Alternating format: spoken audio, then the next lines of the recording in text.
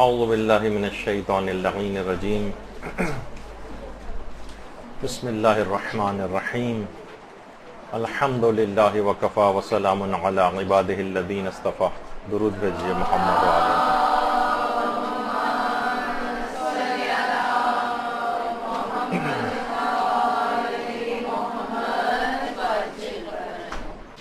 یہ آخر ہر سال رمضان کا استقبال کیوں کیا جاتا ہے؟ دیکھیے، سب کو اس کے متعلق یقیناً علم ہے، اکثر لوگ اس کے مسائل سے بھی واقف ہیں. دیکھیے، علم ایک الگ چیز ہوتی ہے اور تذکر ایک الگ چیز ہوتی ہے. ضروری نہیں ہے کہ مثلا ہر وہ چیز جو بتائی جائے وہ آپ کو پہلے سے علم میں آپ کے نہ ہو. نہیں، یاد دہانی بھی ضروری ہوتی. یہ جو تلقین پڑھی جاتی ہے مردے کے لیے، کیا یہ اس کو پہلے سے عقائد حقہ پوری زندگی میں اس کا اظہار نہیں کرتا رہا ہے؟ لیکن اس کا تذکر کیا جاتا ہے تلقین میں. پیغمبر اسلام ختم مرتبہ صلی اللہ علیہ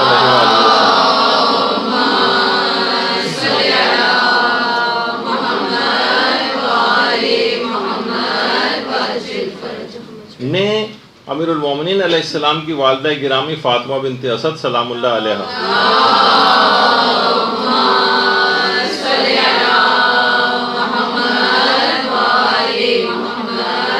نے ان کی قبر کے پاس کھڑے ہو کر جو پیغمبر نے کلمات ارشاد فرمائے تھے کہ تمہارا بیٹا لا جعفر ولا عقیل، نہ عقیل نہ جعفر بلکہ تمہارا بیٹا علی ابن ابی طالب. یعنی وہ تذکر اور یاد دہانی کے طور پر کہ تمہارا امام کون ہے، تو اس کی تذکر اور یاد دہانی پیغمبر نے کرائی. یہ نہیں کہ حضرت فاطمہ بنت اسد اس عقیدے کی حامل نہیں تھی، ان کو پتہ نہیں تھا اور پیغمبر پہلی دفعہ بتا رہے تھے، جیسے کہ اکثر لوگ سمجھتے ہیں کہ اس کا اظہار کیا تو اس کا مطلب ہے اس کا اعتقاد نہیں رکھتی ہیں. تو یہ تذکر ہوتا ہے، یاد دہانی ہوتی ہے. تو معلوم ہے اگرچہ کہ رمضان کی اہمیت سے بھی آپ واقف ہیں، اس کے مسائل سے بھی واقف ہیں، لیکن پھر بھی یاد دہانی ضروری ہے کہ آپ کے پاس ایک چیک لسٹ رہے کہ کہیں ایسا نہ ہو کہ اتنی اہم مہینہ آپ کے ہاتھ سے نکل جائے اور کوئی چیز ایسی رہ جائے کہ جس پر آپ عمل نہ کر سکیں. دیکھیے، سب سے بہترین طریقہ، کیونکہ ہمارا عنوان ہی استقبال رمضان کے بہترین طریقے، سب سے بہتر طریقے سے استقبال رمضان کا اس وقت ہوگا کہ جب آپ توبہ سے اس کا آغاز کریں گے. توبہ، گناہوں سے توبہ. یقیناً انسان اتنا زیادہ اپنے آپ کو گناہوں کے مقابلے میں بعض اوقات کبھی اس کو ایسا لگ رہا ہوتا ہے کہ جیسے میں بس اب تو پکا جہنمی ہو گیا، گناہ مجھ سے چھوٹتے ہی نہیں ہیں. لیکن بہرحال توبہ ایک ایسی اس کو امید دلاتی ہے، پروردگار کی طرف سے ایسا ایک حسن ظن کا اس کے اوپر اثر ہوتا ہے کہ اس کو ایک امید بن جاتی ہے کہ میں بخشا جا سکتا ہوں. تو ہمیشہ سچی توبہ سے اس مہینے کا آغاز کرنا چاہیے. سچی توبہ سے، یعنی اگر آپ نے توبہ نہیں کی پچھلے رمضان کی طرح سے اس دفعہ بھی رمضان آئے گا اور گزر جائے گا اور ہم توبہ اور استغفار کی طرف مائل نہیں ہوئے، پکا اور مصمم ارادہ نہیں کیا گناہوں کو چھوڑنے کا، تو یقین کیجئے کہ پھر رمضان کوئی خاطر خواہ آپ کو فائدہ نہیں پہنچائے گا اور ایسے ہی گزر جائے گا جیسے سابقہ سالوں میں گزرا ہے. ہمارے ایک آیت اللہ گزرے ہیں، بڑے عرافہ میں ان کا شمار ہوتا تھا، آیت اللہ شیخ محمد بہاری. یہ فرماتے تھے کہ دیکھیں، اگر کوئی شخص زہر کھا لیتا ہے تو اس کا معدہ صاف کیا جاتا ہے، اسٹمک واش کیا جاتا ہے، ورنہ ہلاکت کا خطرہ بڑھ جاتا ہے. گناہ بھی زہر کی مانند ہے اور توبہ اس کا اسٹمک واش ہے. یعنی اس میں جتنی تاخیر آپ کریں گی توبہ کرنے میں، ہلاکت کا امکان اتنا ہی بڑھتا چلا جائے گا. جب یہ توبہ کو واجب فوری کہا جاتا ہے، ادھر گناہ ہو اور ادھر توبہ ہونی چاہیے اگلے سیکنڈ میں. اسلام تو اس کا تقاضا کرتا ہے. اچھا، اب جتنی تاخیر ہوگی توبہ میں، جیسے زہر کھانے کے بعد علاج میں جتنی تاخیر ہو اتنا ہلاکت کا امکان بڑھتا ہے. اس میں ہلاکت اخروی ہے، اس میں فوری توبہ کرنی ہوتی. اور یہاں پر توبہ نہ کیا جائے تو روح کی موت کا امکان ہوتا ہے. ویسے موت نہیں، لیکن ایک روحانی طور پر انسان مردہ ہوتا چلا جاتا ہے. اچھا، کوئی بار بار گناہ کرے پھر توبہ کرے، گناہ کرے توبہ کرے، کھیل ٹائپ کا بنا لے. ایسے ہی جیسے کوئی زہر کھائے اور پھر اسٹمک واش کرانے جائے، پھر زہر کھائے پھر اسٹمک واش کرانے ہسپتال جائے، تو یقیناً کچھ نہ کچھ مقدار اس کی زہر کے اندر رہ جائے گی اور پراپر علاج کے باوجود بھی اس کی موت واقع ہو سکتی ہے.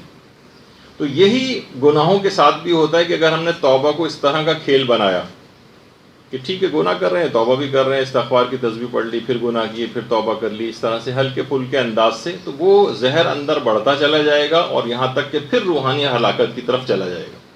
توبہ کو انسان کھیل نہ بنائے، ایسے ہی جیسے اتفاقاً کوئی چوتھی منزل سے کبھی نیچے چھلانگ لگائے اور نیچے کسی گاڑی واڑی گدے ودے کے اوپر گر کے اس کی جان بچ جائے تو سوچے کہ ہر دفعہ میں بچ جاؤں گا اور بار بار ایسی چھلانگیں لگاتا رہے۔ نہیں، ایسا نہیں کرنا چاہیے۔ اچھا، اب کوئی اسی طریقے سے علماء مثال دیتے ہیں کہ اگر بازار میں مثلا زہر کی دوا موجود ہے، ہمیں پتہ ہے کہ میڈیکل اسٹور میں زہر کی دوا موجود ہے، تو کتنا احمق ہوگا وہ شخص کہ وہ زہر کی دوا کیونکہ موجود ہے تو میں زہر پیتا رہوں۔ کیونکہ دیکھیے توفیق توبہ بھی اس سے سلب ہو جائے گی اگر وہ بار بار گناہ کرتا رہے گا۔ ہو سکتا ہے کہ اسے توفیق توبہ بھی نہ ملے، ہو سکتا ہے جب وہ مارکیٹ میں پتہ کرنے جائے تو وہ دوا دستیاب نہ ہو زہر کی، تو یہ سراسر حماقت ہے۔ تو سچی توبہ سے اس کا استقبال ہونا چاہیے رمضان کا، سچی توبہ سے، تب یہ رمضان آپ کو بھرپور فائدہ دے گا، اور یہ رمضان آپ کو عذاب آخرت سے نجات دلوائے گا، اور باقاعدہ عذاب آخرت سے نجات دلانے کا یہ اعلان کر کے جاتا ہے رمضان۔ لیکن آپ جتنی بھی سچی اور پکی توبہ کر لیں، ایک دشمن آپ کے گھر میں ایسا موجود ہے جو آپ کی اس توبہ کو کارگر ہونے نہیں دیتا، آپ کے ارادے کو مسمم ہونے نہیں دیتا۔ وہ ایک ٹی وی اسکرین کی صورت میں آپ کے پاس گھر کے اندر موجود ہے۔ یہ آپ کے تمام توبہ کے جتنے بھی آپ ارادے کرتی ہیں ان سب کو باطل کرتا ہے۔ اب مجھے نہیں پتا آپ لاکھ اس کے لیے دلائل دیں، لاکھ آپ کہیں کہ کیا کریں، اس سے تو پیچھا چھوٹ ہی نہیں سکتا ہے۔ نہیں چھوٹ سکتا ہے، جیسے کوئی کہے کہ بھئی میں کیا کروں، یہ تو سب پالیوشن بھی بہت ہے، سب کچھ ہے، اسی کے اندر ہی مجھے رہنا ہے، ہلاک ہو جاؤں گا تو ہو جاؤں گا، کیا کر سکتا ہوں۔ تو ٹھیک ہے، اگر ہلاکت اخروی کے متعلق اتنا اطمینان کسی کو ہے کہ ہو جائے تو ہو جائے، روحانیت برباد ہو تو ہوتی رہے، تو ان تمام چیزوں کو آپ کو کنٹرول کرنے کی ضرورت ہے۔ ابھی رمضان بھی آ رہا ہے، اس کے اندر کتنے فسق و فجور والے پروگرامز دنوں رات گھر کے اندر اس طرح سے لگے رہیں گے، اور کون کون سے رمضان کے شوز اس کے اندر آئیں گے اور اس میں آپ گرفتار ہوں گے، تو یہ آپ کی توبہ کو بار بار توڑوائے گا۔ اب آپ خود اپنے طور پر اس سے نمٹیے کس طریقے سے کرنا ہے، اور آپ کو خطرے کی نشاندہی کر دی کہ توبہ کا یہ سب سے بڑا دشمن تو آپ کے گھر میں موجود ہے۔ اچھا، اب ایک چیز اور بھی کہتے ہیں لوگ کہ بھئی چھوٹے چھوٹے گناہ تو ہو ہی جاتے ہیں۔ دیکھیے ایسے ہی ہے جیسے آپ کہیں کہ ٹھیک ہے میں بڑے بڑے اژدہوں سے نہیں کٹوا رہا، آیت اللہ دست غیب شیرازی مثال دیتے تھے، تو آپ کو بڑے اژدہوں سے نہیں کٹوانا آپ کو پسند، تو کیا آپ کبھی پسند کرتے ہیں کہ میں چھوٹے سانپوں سے کٹوا لوں اپنے آپ کو؟ تو گناہ کبیرہ اگر آپ خدا نہ خواستہ، اور بلکہ بڑی اچھی بات ہے کہ اگر خدا کرے کہ گناہ کبیرہ سے انسان اپنے آپ کو بچا لے، تو گناہ صغیرہ کو انجام دینا اس اطمینان کے ساتھ کہ چھوٹے موٹے گناہ تو ہو جاتے ہیں، ایسے ہی جیسے کوئی کہے کہ چھوٹے موٹے سانپوں سے کٹوانے میں اور ڈسوانے میں تو کوئی ایسا مذائقے کی بات نہیں۔ آیت اللہ محمد تقی عامری، یہ بڑے بڑے ہمارے علماء دیکھیے کیسی کیسی گفتگو کر کے گئے ہیں، باتیں کر کے گئے ہیں، وہ خود فرماتے ہیں کہ 5-6 وجوہات ایسی ہیں کہ جس سے ہر صغیرہ گناہ بھی کبیرہ گناہ میں بدل جاتا ہے۔ آپ اس طور پر مطمئن نہ رہیں کہ یہ تو چھوٹے موٹے گناہ صغیرہ گناہ ہو جاتے ہیں۔ فرماتے ہیں کہ سب سے پہلے تو چیز ہے گناہوں پر اصرار۔ آپ ایک گناہ کو بار بار کیے چلی جا رہی ہیں، چھوٹے گناہ کا اگر اول تو چھوٹا اور بڑا گناہ خود ایک الگ بحث ہے کہ کوئی گناہ چھوٹا بھی کیونکہ پروردگار کی تمام نافرمانیاں بڑی، چھوٹی نافرمانی اور بڑی نافرمانی دیکھیں کس ذات کی خلاف ورزی ہو رہی ہے، کس کے احکام کی۔ تو گناہوں پر اصرار کرنا، مصر ہونا، بار بار انجام دینا، خود اس کو کبیرہ بنا دیتا ہے۔ آپ جس کو صغیرہ سمجھ رہی ہیں وہ کبیرہ بن رہا ہے، یہ کبیرہ بن جائے گا۔ دوسرا، گناہ کو چھوٹا سمجھنا، استحقار الذم، بس حقیر سمجھنا، ارے یہ تو ہو ہی جاتا ہے، یہ خود اس کو کبیرہ بنا دیتا ہے، یہ گناہوں کو حقیر سمجھنا۔ تیسری چیز فرماتے تھے کہ گناہ کر کے خوشی محسوس کرنا، گناہ کر کے خوشی محسوس کرنا۔ عام طور پر آدمی بڑا خوش ہوتا ہے، کوئی بھی اس قسم کا خراب پروگرام اس نے ٹی وی کے اوپر دیکھا، رقص و موسیقی پروگرام دیکھے، خوشی سی اس کو محسوس ہو رہی۔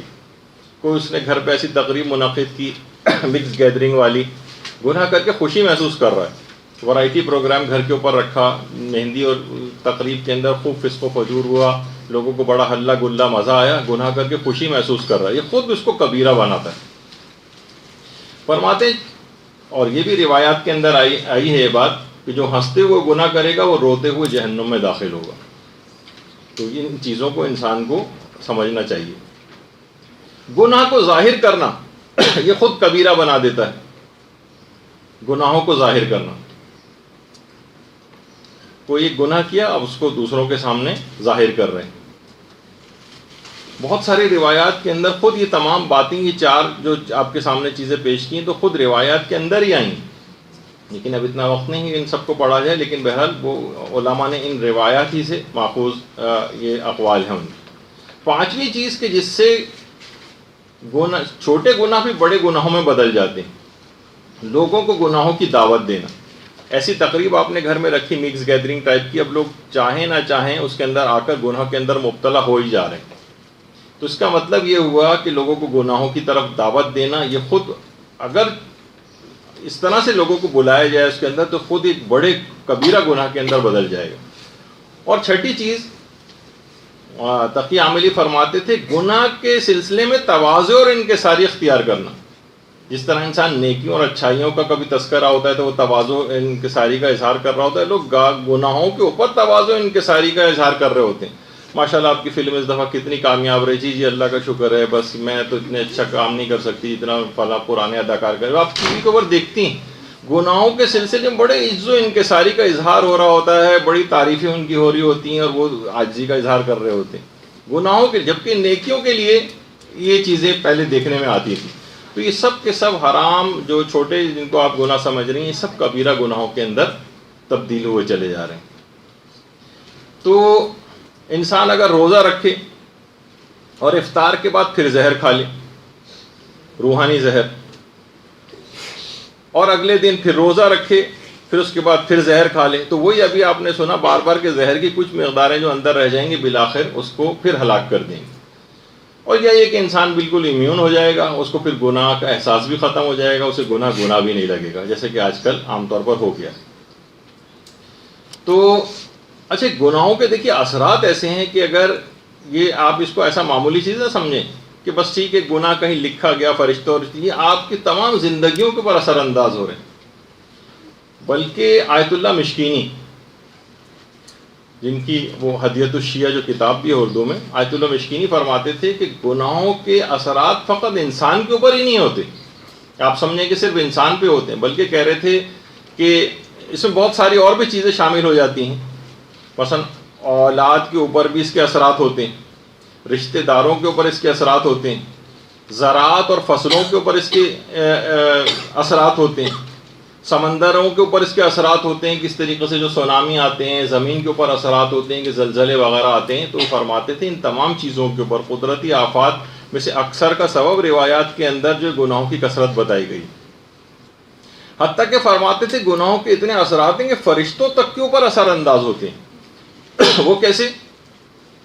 وہ کہتے ہیں کہ فرشتے اس جگہ سے اتنا اثر لیتے ہیں کہ ان جگہوں سے رخصت ہونے لگتے ہیں۔ مثلا گھر کے اندر جہاں یہ فسق و فجور، حرام اور اس طرح کی سب چیزیں ہوتی ہیں، وہاں سے ملائکہ فرار اختیار کرتے ہیں، ان گھروں سے وہاں سے چھوڑ کر چلے جاتے ہیں۔ شیاطین کو اٹریکٹ کرتے ہیں گناہ، ملائکہ چھوڑ کے جاتے ہیں اور شیاطین ان کی جگہوں کے اوپر آ جاتے ہیں۔ اب سوچیں کہ گھر میں جو لڑائی جھگڑے، ہنگامے، ایک دوسرے کے خلاف باتیں، غیبتیں، فسق و فجور، یہ سب کچھ جو ہو رہا ہے گھروں کے اندر، اس کی ایک بہت بڑی وجہ یہ ہے کہ ان گناہوں کے اثرات ہیں کہ فرشتوں نے وہاں سے کوچ کر لیا ہے اور ان کی جگہ پر اس وقت شیاطین آ کر بیٹھ گئے۔ تو وہ ہر وقت کے وسوسے، ہر وقت کی دلوں کے اندر بدگمانیاں اور برائیاں، وہ سب پھر شیاطین پیدا کرتے ہیں۔ تو علماء فرماتے ہیں کہ لہٰذا گناہوں کے مقابلے میں شجاعت کا اظہار کرنا چاہیے۔ ہم یہ دیکھ رہے ہیں کہ ساری شجاعت ہم نے اپنے رشتہ داروں کے اوپر لگائی ہوئی، ساری شجاعت۔ دین کے لیے کوئی شجاعت نہیں ہے کہ دین کے لیے شجاعت سے کام لیں، برائیوں کے مقابلے میں شجاعت سے کام لیں۔ وہاں سے ہم یہ دیکھتے ہیں کہ سارے افراد بیک فٹ پہ چلے جاتے ہیں۔ مثلا کبھی شادی بیاہ کا کوئی مسئلہ ہوتا ہے، دیندار افراد عام طور پر دیکھنے میں آتا ہے کہ جب کسی کے یہاں شادی ہوئی وہ فوراً دب جاتے ہیں، گناہ گار حرام تقریبات منعقد کرتے ہیں، مکس گیدرنگ کرتے ہیں اور حاوی ہوتے چلے جاتے ہیں اور اپنے آگے کسی کو چلنے نہیں دیتے. گناہ گار گناہ کے لیے شجاعت اختیار کر رہا ہے اگر اس کو شجاعت ہی کہا جائے. اور جو دیندار ہیں ہم وہ دیکھتے ہیں ساری زندگی کی مثلا باپردہ عورت ہوتی ہے، وہ شادی کی تقریب میں نامحرموں کے ساتھ بے حجاب ہو کر جانے لگتی ہے، میک اپ کر کے جانے لگتی ہے، مکس گیدرنگ کے اندر جاتی ہے. دیکھیے بہت ساری چیزیں ایسی ہیں کہ جو بغیر لڑے جھگڑے بھی، بدمزگی کیے بغیر بھی معاملات طے ہو سکتے ہیں، لیکن ہم اس پوری اس تقریب کو بالکل آخری دن کے اندر بدمزگی کے لحاظ سے دیندار افراد بھی طے کرتے ہیں اسی دن ہی کچھ گڑبڑ کرنی. بھائی اپنی ذہانت کو استعمال کریں کہ پہلے سے کیسے ان معاملات کو طے کریں کہ حرام کاریاں نہ ہوں.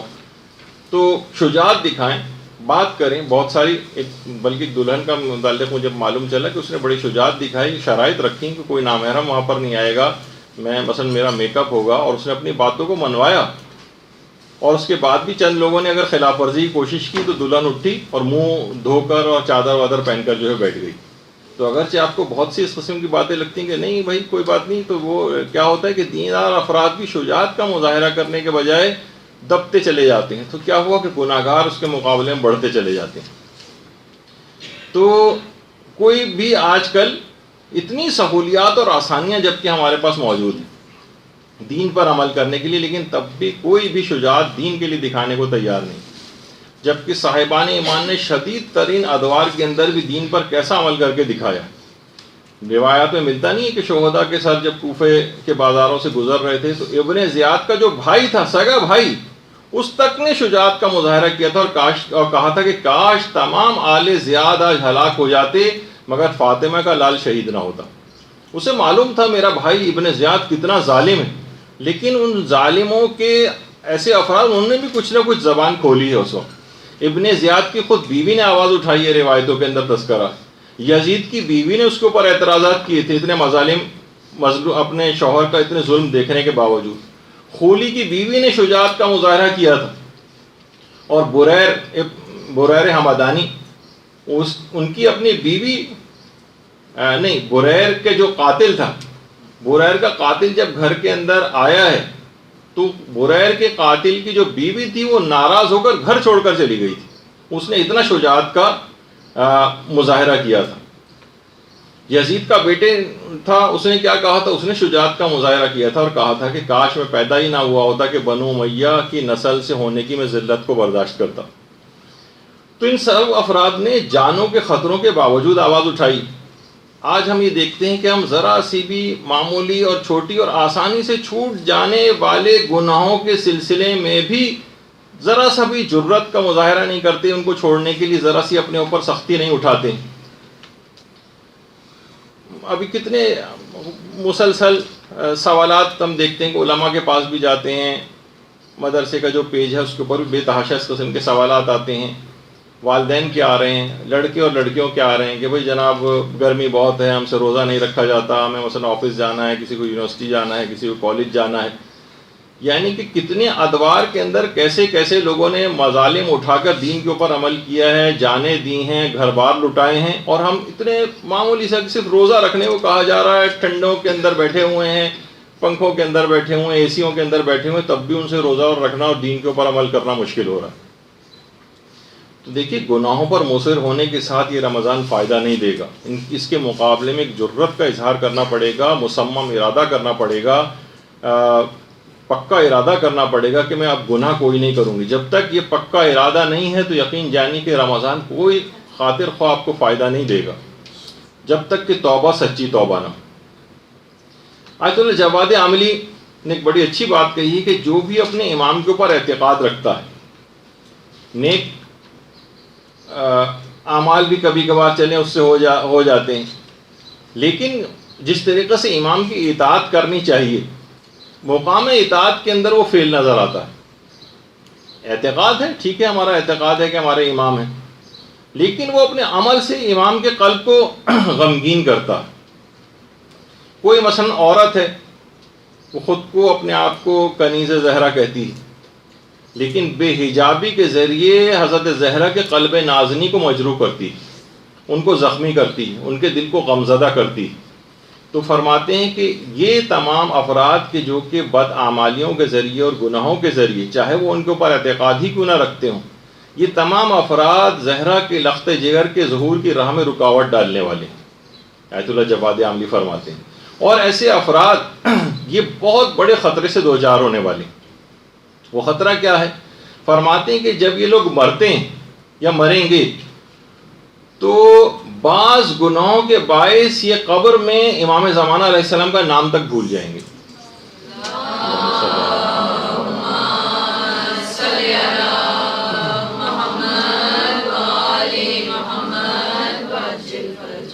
ان کی جدہ حضرت زہرا سلام اللہ علیہا کا نام بھول جائیں گے. اور بعض روایات میں یہ ہے کہ جب منکر و نکیر آ کر سوال کریں گے تو ایسے ہی بد عمل قسم کے افراد یہاں تک نوبت آئے گی کہ پیغمبر اسلام تک کا نام بھول جائیں گے.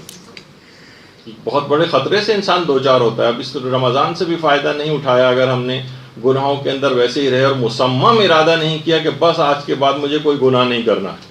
اور کبھی کبھار ہو جائیں تو توبہ کی توفیق مل جائے گی اور سہو اور نسیان کے اندر ہو جائے، لیکن پکا اور مصمم ارادہ کرنا ہے کہ نہیں کرنا ہے. ہلکا پھلکا سا ارادہ ہو کہ ٹھیک ہے جب کبھی موقع آئے گا تو اتنا تو ہو ہی جاتا ہے، تو اس کا مطلب یہ ہوا کہ گناہ کا پکا ارادہ نہیں کیا آپ نے چھوڑنے کا، اور یہ رمضان اتنا فائدہ مند ثابت نہیں ہوگا. ورنہ کتنا بڑا خطرہ ہے کہ ان شخصیات کے نام تک انسان بھول جائے، سوال منکر و نکیر ہو رہا اور ان شخصیات کے نام اس کو یاد نہ ہو، پتہ ہی نہ ہو، حق کا پکا رہ جائے، تو پھر قبر کے اندر کیا ہوگا.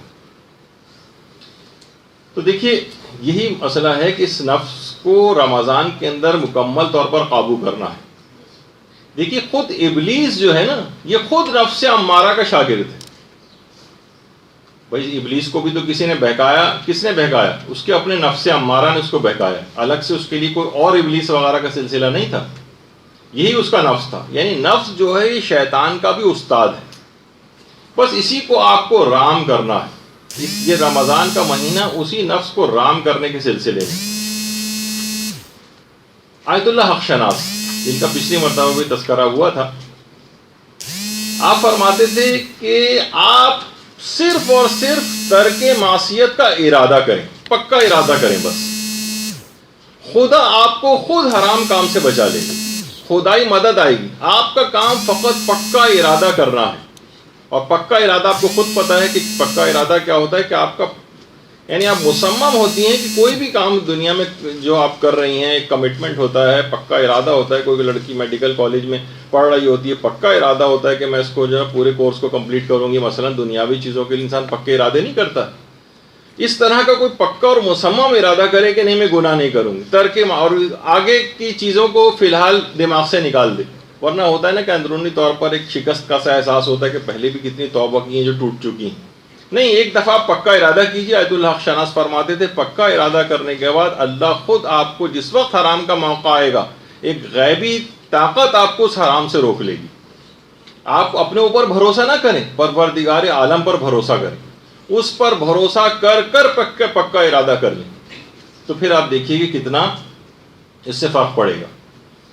تو اچھا ہمارے ساتھ کیا ہوتا ہے کہ دیکھیے ہم رمضان میں شکل روزے دار جیسی بناتے ہیں، باطن ہمارا روزے دار نہیں بن پاتا ہے.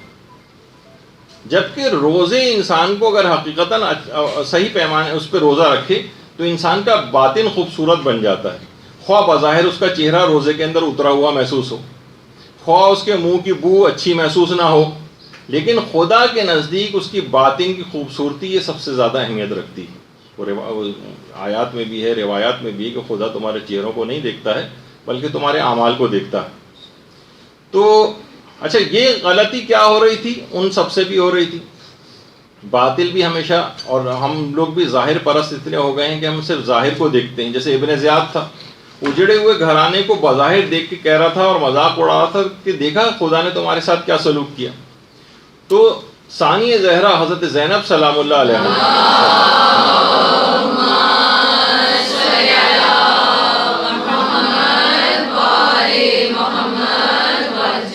اس وقت کیا کہا تھا؟ ما رائے تو الا جمیلا، ہم نے تو سوائے پروردگار سے حسن و خوبصورتی کے علاوہ کچھ دیکھا ہی نہیں. باطن کی طرف متوجہ کیا. بظاہر وہ لوٹا پٹا گھرانہ تھا، جس خاندان کے سارے مرد مارے جا چکے تھے، مظالم کی ایک انتہا ہو چکی تھی، اس وقت شہزادی یہ کہہ رہی ہیں کہ ہم نے پروردگار سے سوائے خوبصورتی کے کچھ نہیں دیکھا ہے۔ تو اس سے آپ اندازہ لگائیے کہ وہ باطن کی طرف متوجہ کر رہی تھی، ظاہر کی طرف نہیں۔ ظاہر تو صرف ابن زیاد دیکھ رہا تھا کہ ان کے ساتھ ان کے مظالم کے بعد اس خاندان کا ہم نے کیا کس نتیجے تک ان کو پہنچایا ہے۔ بظاہر مظلومیت کا کتنا بڑا اس کے سامنے اظہار ہو رہا تھا، لیکن کیا ہے انہوں نے باطن کی طرف جو ہے وہ متوجہ کرایا۔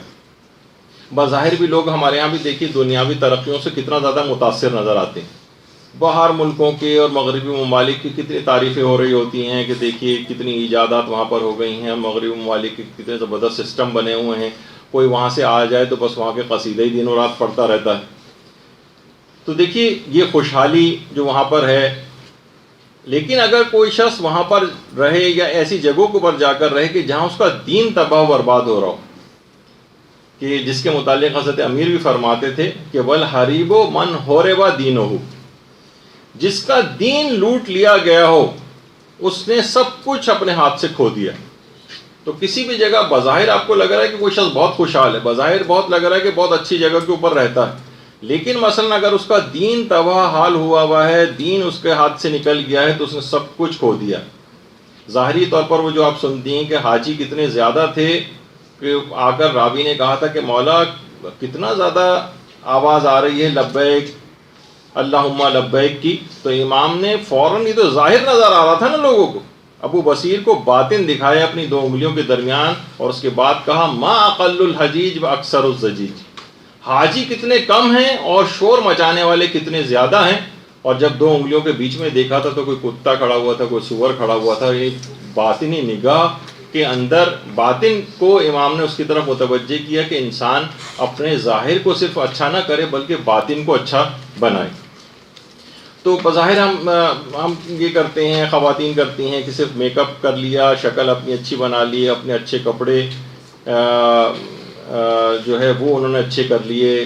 اچھا دنیاوی طور پر رشتوں کے سلسلے میں بھی زیادہ تر مال و دولت وغیرہ کو دیکھا جاتا ہے، دنیاوی چند ڈگریوں کو اس کی دیکھا جاتا ہے، اچھی جاب کو مد نظر رکھا جاتا ہے، لیکن جو باطن ہے، دین ہے، اس کا ایمان ہے، اس کا تقویٰ ہے، اس کی شرافت ہے، اس کی دیانت ہے، ظاہر بین افراد ان چیزوں کی طرف نہیں جاتے رشتوں کے سلسلے میں بھی، اور صرف ظاہر کو دیکھ رہے ہوتے ہیں۔ دیکھیے میں وہی بات بیان کر رہا ہوں کہ فقط ایسا نہ ہو کہ روزہ رکھنے کی ایک ظاہری شکل و صورت بنائی جائے، روزے سے انسان کو اپنا باطن خوبصورت کرنا ہوتا ہے۔ حضرت امیر بن نہج البلاغہ میں اسی وجہ سے فرماتے ہیں اللہم صلی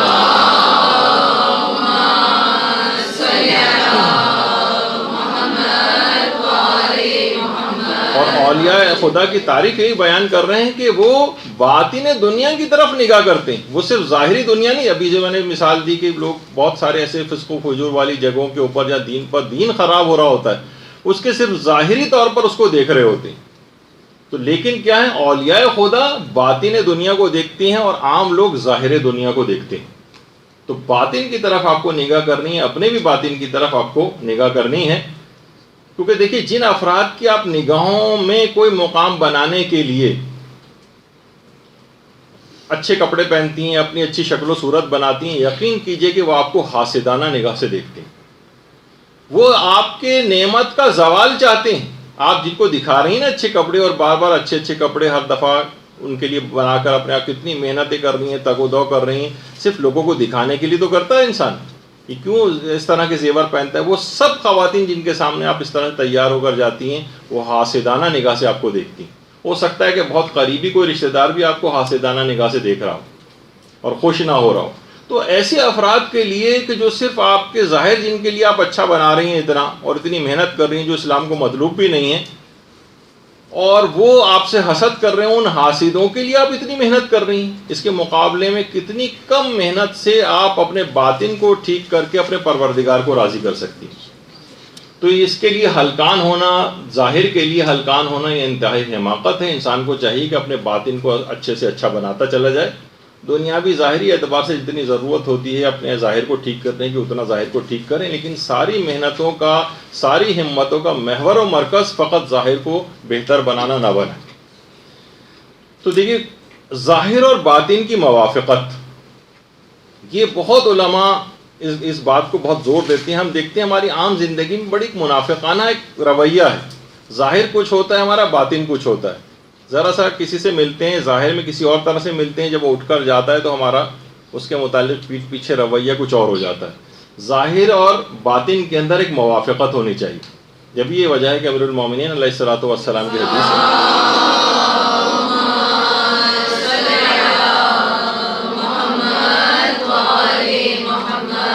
فرماتے ہیں انسان کے لیے کتنی بری بات ہے کہ اس کا باطن مریض ہو اور ظاہر خوبصورت ہو. یہ اسی کو تو دیکھیے، آپ دیکھتی ہیں وہ جو ٹپ آف دی آئس برگ جس کو کہا جاتا ہے، کہ اوپر ظاہر اگر آپ دیکھیں تو کتنا چھوٹا سا صرف ایک کونا سا اوپر نکلا ہوا ہوتا ہے، اور ایک اتنا بڑا پہاڑ اس کے جو ہے وہ نیچے ہوتا ہے. سانپ کا آپ ظاہر دیکھیں، بظاہر کتنے کلرفل قسم کے سانپ ہوتے ہیں. بظاہر اگر اس کی خطرناکیت آپ کو ایک طرف کر دیں تو سانپوں کا رنگ، خصوصیات دیکھنے میں بڑا خوبصورت ہے سانپ، لیکن کیا ہے اس کا باطن کیسا ہے؟ ایک زہریلا ہے. تو یہی تمام چیزیں کہ ظاہر اور باطن ایک ہونا چاہیے. اور یہی وجہ ہے کہ آیت اللہ علی آقا قاضی، جن کا اکثر و بیشتر تذکرہ آتا ہے، ظاہر اخلاقیات کی لحاظ سے گفتگو ہو رہی ہوتی ہے تو زیادہ تر ہم اخلاقیات کے ماہر علماء کو کوٹ کرتے ہیں. فقہی مسائل کی گفتگو ہوتی ہے تو زیادہ تر مجتہدین کی پہ فتاوے اور ان کی باتیں آتی ہیں.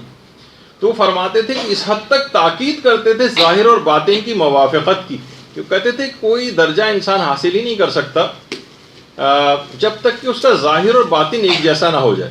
یہ اپنے آپ کو واقعی اس رمضان کے اندر یہ کوالٹی پیدا کرنے کی کوشش کرنی چاہیے ہم سب کو، کہ ظاہر اور باطن ایک ہی ہو جائے. ایسا نہ ہو کہ پیچھے کچھ ہو رہے ہیں ہم کسی کے، سامنے کچھ اور ہو رہے ہیں. ظاہر کے اندر زیادہ تقویٰ و پرہیزگاری کا مظاہرہ کر رہے ہیں، باطن میں جبکہ ایسے نہیں ہیں. باطن میں اتنی خباثت ہمارے بھری ہوئی ہے، بظاہر بڑے انکساری کے ساتھ مل رہے ہیں لیکن مثلا دل میں اس کے خلاف بغض رکھا ہوا ہے. تو باقاعدہ آیت اللہ علی آقا قاضی نے ایک وصیت نامہ لکھا تھا، اور وصیت نامہ لکھنے کے بعد 3 گواہ بنائے تھے. اس وصیت نامے کے گواہ بھی بنائے تھے، ایک آقا ہاشم حداد، اور ایک آیت اللہ عباس حاطف کوچانی، اور ایک آیت اللہ سید جمال الدین گل پائگانی. یہ 3 افراد تھے، انہوں نے اپنا ایک وصیت نامہ لکھا تھا اور ان 3 افراد کو اس کا گواہ بنایا تھا. اور اس میں یہ بات کہی تھی علی آقا قاضی نے کہ ظاہر اور باطن کی موافقت، اس کی بہت زیادہ تاکید کی تھی کہ انسان کا ظاہر اور باطن ایک ہو جائے، اپنے آپ کو ایم بنائے، ایک ٹارگٹ بنائے، ایک ہدف مقرر کرے کہ میں کسی بھی طریقے سے ظاہر اور باطن میرا ایک ہو. وہی ہے کہ ایسا نہ ہو کہ تقوی کا ظاہری مظاہرہ زیادہ ہو اور اندر سے اس سے خالی ہو.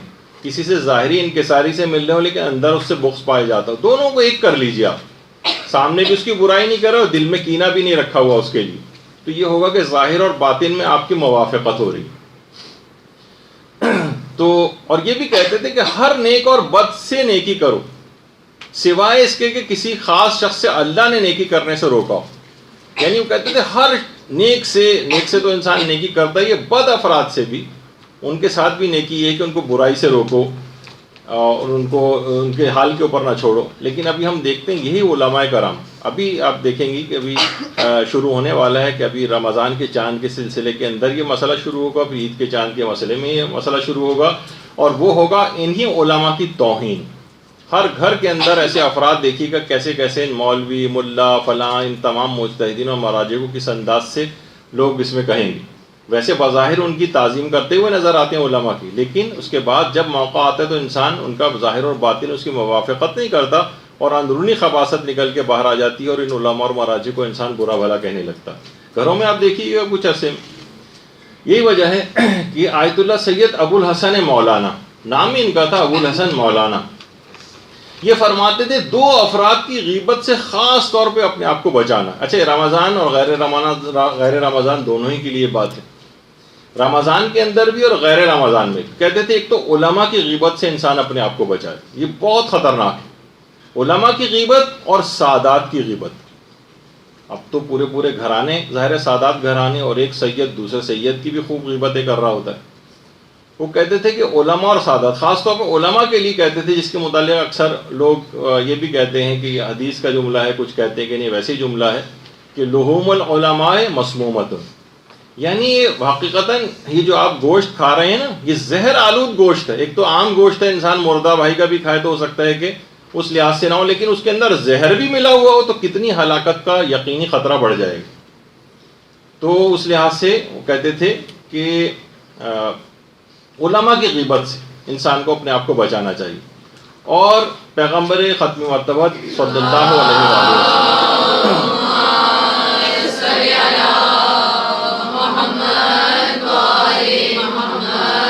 پیغمبر فرماتے تھے کہ جو شخص بھی فقیہ کا اکرام کرے گا، فقیہ کا جس کے ہمارے سب سے زیادہ ان کی مذمتیں بھی شروع ہونے والی ہیں، وہ اس حالت میں اپنے پروردگار سے ملاقات کرے گا کہ اس کا پروردگار اس سے راضی و خوشنود ہوگا۔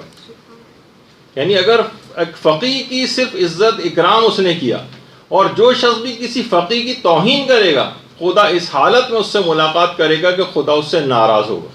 سوچیے کہ خدا اگر کسی سے ناراض ہو اور وہی آسرا ہو، اور خدا سے ملاقات آخرت جس سے مراد ہے کہ عالم آخرت میں قیامت کے روز جس سے خدا ناراض ہو جائے، اس کا جہنم میں جانے کے علاوہ کیا اس کے پاس راستہ بچتا ہے؟ تو بہرحال سچی توبہ کے ساتھ اس رمضان کا استقبال ہونا چاہیے۔ سب سے بہترین طریقہ ہوگا رمضان کے استقبال کا، اور تمام گناہوں سے انسان اپنے آپ کو بچانے کا مکمل ارادہ کر لے صرف، باقی تو اس کے بعد آیت اللہ شناس فرماتے تھے کہ بس پروردگار خود ہی اس کو گناہوں کی انجام دہی سے رکوا دے گا۔ ایک فرشتہ گویا ایک لحاظ سے اس کا ہاتھ پکڑ کر روک لیا کرے گا۔ ایک دفعہ انسان پکا ارادہ تو کرے۔ ہمارا ساتھ معاملہ یہ ہوتا ہے کہ ہمارے بہت ہی شکستہ، بہت ہی ہلکے پھلکے ٹائپ کے ارادے ہوتے ہیں، اسے ارادہ بھی نہیں، صرف ایک خواہش ہوتی ہے۔ جیسے مثال دی جاتی ہے نا کہ مثلا کوئی شدید بیمار اگر ہے تو اس کی خواہش تو ہے کہ میں صحت یاب ہو جاؤں، لیکن وہ کوئی بھی دوا نہ کرے، نہ کہ کوئی پرہیز کرے، تو بہرحال اس کی خواہش سے کوئی فائدہ نہیں ہوگا جب تک کہ وہ عملی اقدام نہیں کرے گا۔ تو یہی ہم لوگوں کے ساتھ ہوتا ہے، خواہش ہے کہ جنت میں اعلیٰ علیین تک جوار معصومین سے ملحق فرمانے کی کتنی دعائیں ہوتی ہیں، لیکن اس کے لیے کوئی عملی اقدام کوئی کرتا ہوا نظر نہیں آ رہا ہوتا۔ بہت ہلکے پھلکے سے خیالات ہوتے ہیں جسے خواہشات کہا جا سکتا ہے، لیکن ارادہ نہیں کہا جا سکتا۔ دوسری چیز جس سے آپ رمضان کا استقبال کر سکتی ہیں، اور وہ روایات میں بھی ملتا ہے کہ سب سے زیادہ خاموشی رمضان میں جس امام کی مشہور ہے وہ ہمارے چوتھے امام، امام زین العابدین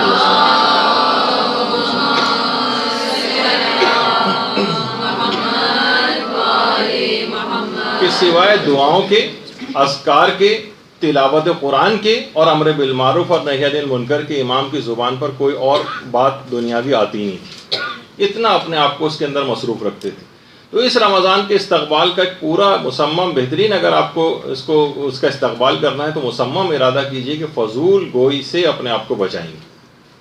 فضول گوئی کے اندر تمام حرام چیزیں بھی آتی ہیں اور فضول بیکار چیزیں بھی آتی ہیں، ٹھیک ہے، اس کے اندر کوئی غیبت نہیں کی، کوئی تہمت نہیں لگائی، جھوٹ نہیں بولا آپ نے، لیکن زبان کو فضول قسم کی باتوں کے اندر آپ دیکھیں، خواتین کبھی آپ ریکارڈ کر کے دیکھ لیجیے جو عمومی گفتگو ہوتی ہے، یہ بھی بہت اچھی چیز ہے کہ آپ کو خود اندازہ ہوگا کہ ہم نے کتنا 1 گھنٹہ گفتگو ہم لوگوں نے بیٹھ کے کی، کتنا فضول وقت ضائع کیا ہے، کوئی ایک کام کی بات اس میں نہیں کی بلکہ حرام سے بھی گفتگو پوری بھری ہوئی، کہیں کسی کا مذاق اڑا دیا، کہیں کسی کی غیبت کر دی، کہیں کسی کی چغلی کر دی، کسی کا راز فاش کر دیا، کتنی ایسی چیزیں ہیں۔ یہی وجہ ہے کہ آیت اللہ کوہستانی خرافہ میں سے گزرے ہیں، انہوں نے تو باقاعدہ اپنے مدرسے میں ایک جملہ لکھ کر لگایا تھا کہ میں فضول اور بیہودہ گفتگو کو لقمہ حرام سے کمتر نہیں سمجھتا۔ فضول گفتگو، ابھی کوئی بہت بڑے حرام والی گفتگو بھی مراد نہیں، یہ فضول اور بیہودہ قسم کی عام طور پہ جو گفتگو ہو رہی ہوتی، کہہ رہے ہیں بالکل لقمہ حرام کی طرح کے اثرات یہ رکھتی ہے۔ بلکہ کسی جگہ میں پڑھ رہا تھا، دیکھیے ایک تو آیت اللہ بہجت کے حوالے سے بہت ساری باتیں ایسی مشہور ہیں کہ وہ کبھی پیش نہیں آئیں، ان کے نام سے منسوب کر دی گئی ہیں۔ خود ان کی اپنی زندگی میں آیت اللہ بہجت کے لیے بہت ساری ایسی باتیں کہی جاتی تھیں کہ جن سے ان کے گھر والے لا علم ہوتے تھے، خود آیت اللہ بہجت لا علم ہوتے تھے کہ یہ ہم نے سنا ہے کہ آپ نے ایسا کہا ہے، کہنے نہیں میں نے تو ایسا کچھ نہیں کہا، ہم نے ایسا سنا ہے کہ وہ آپ بے ہوش ہو گئے تھے اور فجر کے وقت، اور وہ آپ نے اس وقت کہا تھا کہ وہ عورت جو امام زمانہ کو شہید کرے گی وہ پیدا ہو چکی ہے۔ باقاعدہ علماء کہتے ہیں ہم نے خود جا کے آیت اللہ بہجت، اتنی بات مشہور ہوئی کہ علماء کو جا کے آیت اللہ بہجت سے پوچھنی پڑی. آیت اللہ بہجت خود پریشان ہو گئے کہ یہ تم کبھی واقعہ پیش ہی نہیں آیا، میرے نام سے کیسے مشہور ہوا. تو بہرحال اس میں اوتھینٹسٹی وغیرہ بھی دیکھی جائے گی، لیکن میں اس لحاظ سے آپ کو بتا رہا ہوں کہ صاحب تھے جن کے متعلق وہ بڑے قریبی تھے آیت اللہ بہجت کے، انہوں نے خود اپنی جو بہت سارے آیت اللہ بہجت کی نجی زندگی کے متعلق باتیں جو ہیں وہ لکھی ہیں. اس کے اندر یہ کہ انہوں نے کہا کہ آیت اللہ بہجت کے ایک بہت ہی عرفانیت کے ایک بہت پرانے ہمدرس، وہ خود بڑے عارف تھے، ان کے بہت عرصے بعد 25-30 سال بعد آیت اللہ بہجت سے ملاقات ہونی تھی. تو ان نے پورا انتظام کر رکھا تھا کہ باقاعدہ جب یہ ظاہر پرانے دوست ملیں گے تو کیسی کیسی باتیں دونوں آپس میں کریں گے. ہم نے کیمرے بھی لگا دیے وہاں پر، آڈیو سسٹم بھی ریکارڈنگ کے لگا دیے کہ یہ دونوں بیٹھ کے باتیں کریں گے تو ان کی باتیں کتنی زبردست ہوں گی. ہم ریکارڈ کرتے ہیں. کہہ رہے ہیں دونوں آ کر ایک دوسرے سے گلے ملے اور بیٹھے، اور آدھا گھنٹہ گزر گیا، دونوں نے ایک لفظ بھی بات نہیں کی ایک دوسرے سے. آدھے گھنٹے تک بیٹھے رہے اور اس کے بعد اٹھ کر چلے گئے. انہوں نے کہا آغا کوئی بات چیت ہی نہیں ہوئی. آیت اللہ بہجت نے کہا کہ ساری باتیں ہو گئی. اب کس اعتبار سے انہوں نے کس طرح سے، یعنی اپنی زبان کو بھی ہلائے بغیر. یہ تو میں نے ایک ایسی مثال دی، عام طور پہ ہوتا ہے نا کہ ہمارے ہاں تو وہ والی مثال ہے کہ وہ اسی جگہ لطیفے میں پڑھ رہا تھا کہ خاتون خانہ بیوی شوہر کے پاس آ کے کہنے لگی ہماری شادی کی سالگرہ آ رہی ہے، ہمیں کیا کرنا چاہیے؟ تو انہوں نے کہا یہ کرنا چاہیے کہ اس عظیم سانحے کی یاد میں 10 منٹ کی خاموشی اختیار کرنی چاہیے. تو یہاں تو اس قسم کی خاموشی کی ہم لوگ جو بات کر رہے ہوتے ہیں، خاموشی سے مراد فضولیات اور بیہودہ گفتگو سے انسان اپنے آپ کو بچائے. تو عام باتوں کے اندر بھی اتنی بعض اوقات احتیاط ہم علماء میں دیکھتے ہیں کہ ایسا نہیں کہ بس آپس میں بیٹھے ہوئے ادھر ادھر کے قصے کہانیاں انہوں نے کر رکھے ہیں، اور جس طرح ہم آپس میں گفتگو کر رہے ہوتے ہیں تو اپنی زبان کو فضول باتوں بیہودہ باتوں سے بھی اپنے آپ کو بچاتے ہیں اور فضول گوئی سے بھی اپنے آپ کو بچاتے ہیں. تو دوسری چیز اس میں خاص طور پہ دیکھیے کہ زیادہ تر اپنی زبان کو استقبال کا بہترین استقبال شمار ہوگا رمضان کا، کہ اس دوران اگر آپ اپنی زبان کو فضول باتوں سے بالکل ایک طرف کر لیں اور سوائے اذکار کے، سوائے دعاؤں کے، سوائے ذکر الہی کے، سوائے تلاوت قرآن کے چوتھے امام کی سیرت پہ پوری عمل کرنے کی کوشش کریں تو بہترین استقبال رمضان کا آپ کا ہو. تیسری چیز یہ ہے، جو بھی آپ نے آیت اللہ بہجت کی بات سنی، اس کے بعد ایک اور علماء کہتے ہیں مال حرام سے پرہیز. مال حرام سے، اس میں خاص طور پر انسان یہ دیکھے کہ علماء یہ فرماتے ہیں کہ زہر تو انسان کے جسم کو ہلاک کرتا ہے لیکن مال حرام روح کو ہلاک کر دیتی. مال حرام انسان کی روح کو ہلاک کر دیتا ہے. یہ خود ایک بہت بڑی وجہ ہے کہ ہماری جو توبہ نہیں ہو پاتی ہے صحیح طریقے سے، اور ہم لوگ بڑے پریشان ہوتے ہیں کہ ہم ادھر توبہ کرتے ہیں ادھر ٹوٹ جاتی ہے. اس کی ایک بہت بڑی وجہ ہے کہ مختلف ذرائع سے حرام مال ہمارے جسموں میں پہنچا ہوا ہوتا ہے. کبھی مثلا خمس نہ نکلا ہوا مال ہم استعمال کر رہے ہوتے ہیں، کبھی کسی دوسرے کا حق استعمال کر رہے ہوتے ہیں، کبھی ملازمت اور کاروبار کے اندر کچھ ایسے حرام ہوتے ہیں کہ ہمارے اس میں غذا کے اندر اور مال کے اندر حرام چلا جاتا ہے. کئی ایسی اسکیموں کے اندر پیسہ لگایا ہوا ہے.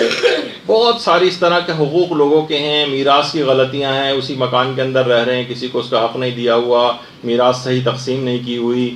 بہت سارے ایسے مسئلے ہوتے ہیں جس کی وجہ سے ہم گناہوں کی طرف بڑے آرام سے کھنچ جاتے ہیں اور نیکیوں سے کٹے ہوئے رہتے ہیں. تو جبکہ آیت اللہ سید حسن علی نخودکی اصفہانی، یہ بھی امام خمینی کے عرفانیات کے، امام خمینی ان سے دستور العمل لینے کے لیے جاتے تھے. یہ خود فرماتے تھے کہ 2 چیزیں ایسی ہیں جو آپ کے تمام کاموں کو صحیح کر سکتی ہیں. 2 چیزیں، اور آپ کی ساری پریشانیاں بھی ٹھیک کر سکتی ہیں. وہ فرماتے تھے ایک تو غذائے حلال ہے، یعنی حلال غذا انسان اگر اس کا اہتمام کر لے، اور دوسرا نمازوں میں خشوع و خضوع اور نمازوں کی اصلاح کر لے. یہ 2 کام ایسے ہیں کہ اگر یہ کسی نے صرف ان 2 کاموں کو بھی کر لیا، اس کے تمام دنیاوی اور اخروی تمام کاموں کی اصلاح ہو جائے گی اور اس کی ساری پریشانیاں دور ہو جائیں گی صرف ان 2 چیزوں کی وجہ سے. اور انہی 2 چیزوں کے اندر ہم دیکھتے ہیں کہ کس طریقے سے ہماری نمازیں ہیں، وہ بھی آپ دیکھ لیجئے، نہ اس میں کوئی خشوع ہے، نہ خضوع ہے، نہ کوئی اصلاح والی بات ہے. ذرا سے آپ مستحبات لوگوں کو بتائیں تو کہتے ہیں نماز بہت لمبی ہونے لگتی ہے. اور آپ دیکھیں کس طریقے سے لوگ منٹوں اور سیکنڈز کے اندر نمازوں کو ختم کر کے، کیونکہ اس کی اہمیت ہی سے واقف نہیں، تو نہ نمازوں کی اپنی اصلاح کی ہے، نہ اس میں کوئی خشوع و خضوع اور توجہ سے کام لیا ہے، اور نہ ہی اپنے آپ کو مال حرام سے بچایا. یہ ہماری بہت ساری وجوہات ہیں مشکلات اور پریشانیوں کی. وہ فرماتے ہیں یہ دو چیزیں اگر ٹھیک کر لیں آپ، سارے کام ٹھیک ہو جائیں گے، ساری پریشانیاں دور ہو جائیں گی. غذائے حلال، اس کا اتنا وقت نہیں ہے، ہر دفعہ اس کا ایک سرسری سے ذکر آتا ہے، لیکن عمومی زندگی میں اس حرام اموال کی انسان کو خود دیکھنا چاہیے کہ میں کہاں اس کے اندر مبتلا ہو رہا ہوں.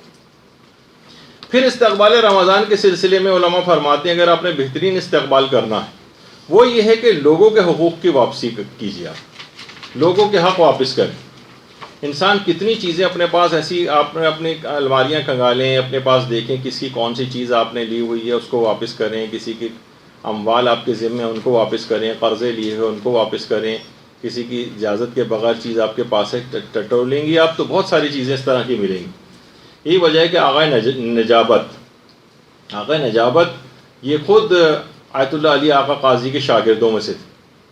آیت اللہ نجابت ہیں تصویر کے اندر، ان کے سارے یہ سب ایک جگہ کے اوپر جمع کیا گیا ہے ان کو تصویروں کے ذریعے، ورنہ ایک ساتھ بیٹھے ہوئے نہیں.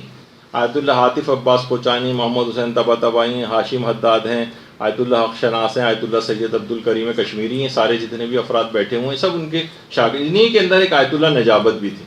یہ خود فرماتے ہیں کہ آیت اللہ علی آقا قاضی، آیت اللہ علی آقا قاضی جو بھی جاتا ہے نجف اشرف عراق زیارات کے لیے، وادی السلام جاتا ہے، عام طور پہ لوگ ان کا بالکل مقبرہ داخل ہوتے ہی لیفٹ سائڈ کے اوپر پڑتا ہے، تو لوگ لیکن عام طور پر ان کے متعلق زیادہ جانتے بھی نہیں ہیں.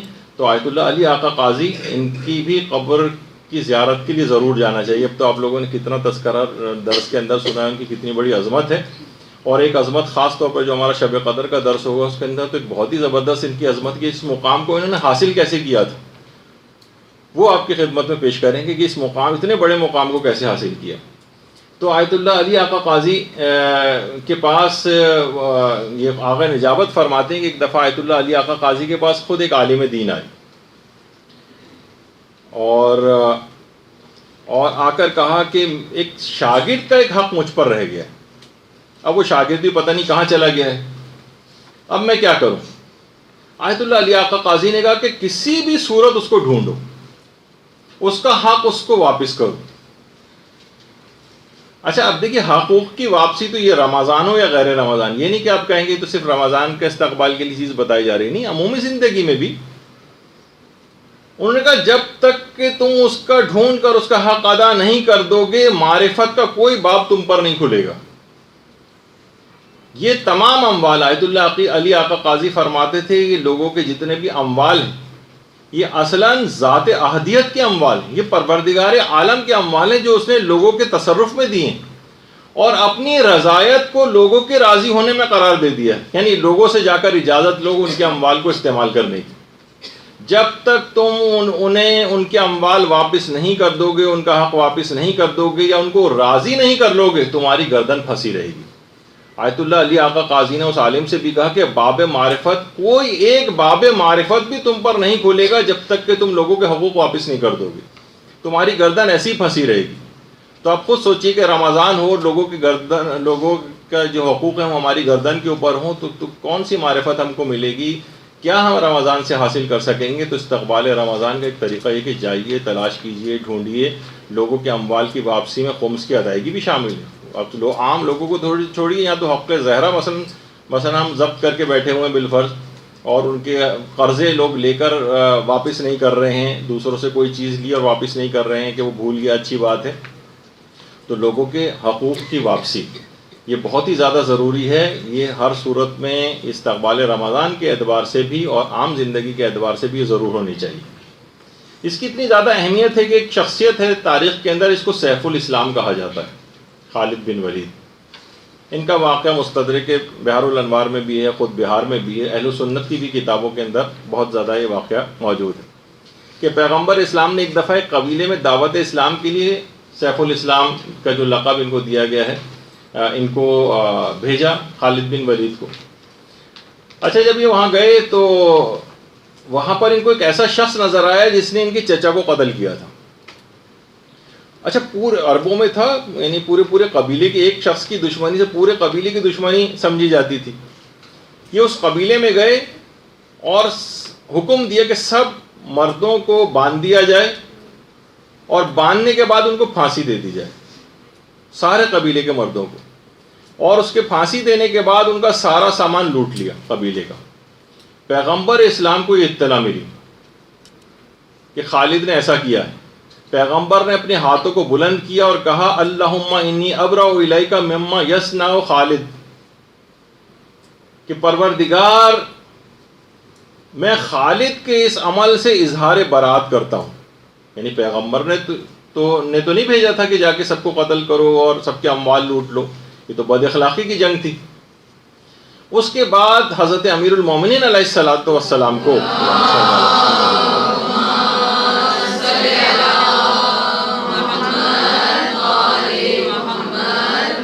پیغمبر اسلام نے حضرت امیر کو بھیجا کہ تم جاؤ اور قبیلے والوں کو ہر ممکن طریقے سے راضی کرو۔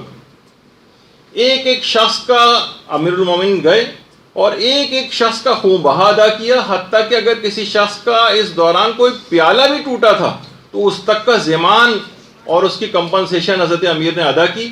غمگین عورتوں اور بچوں کو اس حد تک نوازا، ان کی دیات سے بڑھ کر ان کو رقوم دیں کہ تاکہ ان کے دل کا ملال زائل ہو جائے، سب کو راضی کیا، اور پھر حضرت امیر واپس آئے۔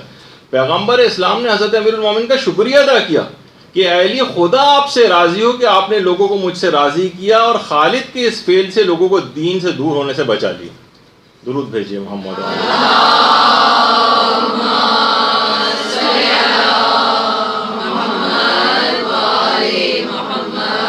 ایک ایک پیالے کا ضمان ادا کیا، ایک ایک کو اس کی حیثیت سے بڑھ کر، ان سب کو جب تک مکمل طور پر راضی نہ کر لیا، سب کے اس کے حقوق واپس نہیں کر دیے، امیر المومنین واپس نہیں آئے۔ تھا بھی جبکہ کسی اور کا فعل تھا، لیکن کیونکہ پیغمبر کی طرف سے فرستادہ ہو کر گئے تھے، نمائندے بن کر گئے تھے، تو بہرحال اس حد تک پیغمبر نے اس کے باوجود بھی سب لوگوں کو راضی کیا حضرت امیر کے ذریعے۔ تو کیسے ممکن ہے کہ لوگوں کے حقوق آپ کے ذمہ موجود ہوں؟ تو وہی ان کا جملہ علی آقا قاضی کا کہ ابواب معرفت کھل نہیں پائیں گے۔ اور یہی وجہ ہے کہ آیت اللہ کوہستانی یہ جملہ بھی کہتے تھے، اور بڑی اہم بات تھی۔ وہ فرماتے تھے کہ اگر شب عید فطر آ جائے، ایک مہینے بعد آ جائے گی، اور کسی کا کوئی حق، کوئی ظلم آپ کی گردن پر باقی نہ ہو، یعنی آپ نے سب لوگوں کے حقوق اتار دیے، تو آپ سمجھ جائیں کہ آپ لازمی طور پر بخشے گئے۔ آیت اللہ کوہستانی فرماتے تھے اگر شب عید فطر کسی کا کوئی حق باقی نہیں رہا، ہم دیکھتے ہیں کہ اسی رات کتنے لوگ ہیں جو 6 مہینے بعد تک فطرے لالا کے دیتے رہتے ہیں۔ غریب کا حق تھا، یا تو اس دن نماز عید پڑھنے سے پہلے یا بعد میں، یا جو نماز عید نہیں پڑھ رہا تو کم سے کم ظہر کی نماز سے پہلے اس کو فطرہ پہنچا دینا چاہیے تھا۔ یہ تو میں صرف فطرے کی مثال دی کیونکہ اس سے متعلق ہی ہے، ورنہ لوگوں کے جتنے بھی اس طرح کی چیزیں وہ ساری واپس کیجیے۔ تو فرماتے تھے کہ اگر ایک حق بھی آپ نے کسی کا چھوڑا نہیں اور سب ادا کر دی، تو آپ لازمی طور پر یقین جانیں کہ آپ بخشے گئے۔ یہ اتنی اہم چیز ہے، اس وجہ سے اس کا استقبال رمضان کے اعتبار سے ان تمام چیزوں کی ابھی سے کیلکولیشن کرنی ہے۔ بس ایک آدھ روز ہی رہ گیا آپ کے پاس، اس میں جا کر دیکھیے تو یہ بہترین رمضان پھر آپ کا شمار ہوگا۔ اچھا، اب دیکھیے ایک اور چیز کہ فقہ، یہ سب اخلاقیات کی چیزیں اور فقہی مسائل بھی اس کے اندر انوالو ہوتے ہیں، یہ سیکھنا سب اشخاص کی ذمہ داری، اور طالبات ہونے کے لحاظ سے آپ لوگوں کی اور زیادہ ذمہ داری۔ تو خاص طور پر فقہی مسائل تو پھر بھی آپ کو توضیح المسائل اور اس کے اندر مل جاتے ہیں، لیکن اخلاقیات کے اعتبار سے جس کتاب کو علماء ریکمینڈ کرتے ہیں وہ ملا احمد نراقی، ان کی کتاب ہے معراج السعادہ، عروج السعادہ کے نام سے، جس کا اردو ترجمہ بھی ہو چکا ہے۔ اگرچہ تھوڑا سا اس کے اردو ترجمے میں اردو ذرا ڈیفیکلٹ ہے، مشکل ہے، لیکن بہرحال اتنی اعلیٰ کتاب ہے کہ واقعی آپ پڑھ کر کسی اور فضا میں اپنے آپ کو محسوس کرتے ہیں۔ لیکن کتاب مل جاتی ہے، تھوڑی سی کوشش کر کے پڑھی جا سکتی ہے، ملا احمد نراقی کی عروج السعادہ کے نام سے۔ دیکھیے طالب علموں کو کہتے تھے خاص طور پر اس کتاب کو اخلاقیات کے لحاظ سے ضرور پڑھنا چاہیے۔ خود فرماتے تھے یہ جو ہمارے سر پہ عمامہ ہے، علماء کہتے ہیں اگرچہ دیکھا جائے تو یہ کپڑے سے زیادہ نہیں اس کی حیثیت، اور کوئی خاص وزن بھی نہیں ہوتا، مگر ذمہ داری کے اعتبار سے یہ تھوڑا سا عمامے کا کپڑا کوہ احد سے زیادہ سنگین اور بھاری ہے ہمارے لیے۔ تو دیکھیے اس میں فقط یہ نہیں ہوتا کہ آپ صرف علم اپنا بڑھاتے چلیے، مدرسے آ رہے ہیں، کچھ نہ کچھ باتیں کان میں پڑ رہی ہیں، علم بڑھ رہا ہے، نہیں، اب علم کے ساتھ عمل بہت ضروری، ورنہ فرماتے ہیں کہ دیکھیے اگر عمل آپ ہٹا دیں تو شیطان سے بڑھ کر کون عالم ہوگا، لیکن کیا ہے کہ اپنے علم کے اوپر عمل نہیں کرتا، نافرمانی ہے خدا کے ساتھ، اگر کتنا بھی علم حاصل ہو جائے وہ فائدہ مند نہیں۔ یہی وجہ ہے کہ جو کتاب روح مجرد جو ان کے آیت آقا ہاشم حداد کے حالات کے اوپر لکھی گئی ہے، اس کے اندر بھی ایک بات آیت اللہ علی آقا قاضی کے حوالے سے لکھی ہے کہ آیت اللہ علی آقا قاضی ایک چیز کی بہت ہی زیادہ تاکید طالب علموں کے لحاظ سے بھی کرتے تھے اور ایک عام شخص کے لیے بھی فرماتے تھے، کہتے تھے کہ ایک روایت ہے جس کا نام ہے روایت عنوان بصری، ایک روایت ہے، اس کو آپ جا کر نکالیے، دیکھیے، پڑھیے۔ فرماتے تھے کہ عنوان بصری کی روایت جو کہ امام سے مروی ہے، کہتے تھے کہ اسے ہر شخص کو اپنی جیب میں اور پرس میں رکھنا چاہیے اور ہفتے میں 1 یا 2 مرتبہ نکال کر اسے پڑھنا چاہیے۔ کہتے تھے کہ اتنی اہم ہے کہ اس کو کسی کتاب کے اندر نہ رکھیں، بلکہ اس کو 1.5 صفحے کی حدیث ہے، اس کو جو ہے اپنے پاس جیب کے اندر رکھنا چاہیے کہ نکال کے ایک ہفتے میں 1 یا 2 مرتبہ اس کو نکال کر ضرور پڑھیں۔ عنوان بصری کی پورے ایک روایت ہے کہ وہ امام مالک کے پاس بھی جاتے تھے اور امام کے پاس بھی آتے تھے، تو امام بہرحال اس لحاظ سے ان سے خوش نہیں تھے اور ناراض تھے، اور ملنے کے وقت دینے کے باوجود بھی امام نے وقت نہیں دیا، یہاں تک کہ بہت کوشش کے بعد عنوان بصری نے جو ہے وہ وقت لیا، اور اس کے بعد امام ان کے پاس اپنے گھر سے باہر نکلے، بلکہ اپنے گھر میں اندر ہی بلایا، اور اس کے بعد امام نے ان کو یہ ایک دستور العمل دیا، ایک لحاظ سے عنوان بصری کو ایک دستور العمل دیا۔ تو اس کو واقعتاً کسی بھی شخص کو اپنے حالات کو بہتر بنانا ہے، اپنے نفس کو بہتر بنانا ہے، تو اس کے مندرجات پہ آج بات کرنے کا وقت نہیں ہے، ورنہ واقعتاً پوری اگر آپ حدیث پڑھیں تو اتنا زبردست امام نے ان کو لاہ عمل بتایا، اور اس کے بعد اپنی گفتگو کا سلسلہ کاٹا اور کہا کہ مجھے عبادت سے حائل مت کرو، مجھے عبادت خدا انجام دینی، کہ امام اس کے پاس سے چلے گئے۔ تو بہرحال ایک پوری حدیث ہے، تو انسان کو چاہیے کہ اپنے نفس کو کس طریقے سے وہ امام نے کیا طریقے دستور العمل کے طور پر بتائیں، کن چیزوں کو اختیار کرے، کن باتوں کا خیال کرے، تو اس روایت کو بھی خاص طور پہ کہیں سے آپ نکالیے۔ اتنا وقت نہیں ہے، ورنہ آپ کو اس کا فوٹو کاپی بھی کروا کر دے دی جاتی ہے، ورنہ کتابوں کے اندر بہرحال مل جاتی ہے، آپ دیکھیے گا اس کو۔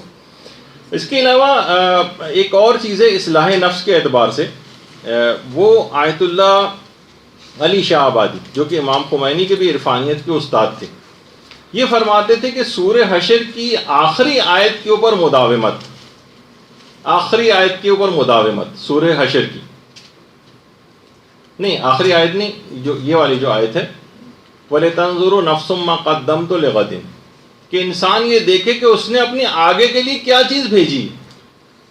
اس کا بار بار اس کی اگر کوئی شخص تلاوت کرتا رہے تو کہتے تھے اس آیت کو جتنی زیادہ دفعہ اس کی تکرار کرے گا اس کا نفس کی اتنی زیادہ اصلاح ہوتی چلی جائے گی۔ دیکھیے رمضان ہم استقبال کر رہے ہیں نا، اور اپنے نفس کی اصلاحی کے لیے کر رہے ہیں، تو کچھ چیزیں ایسی ہیں جو آپ کو اس دوران سیکھنی۔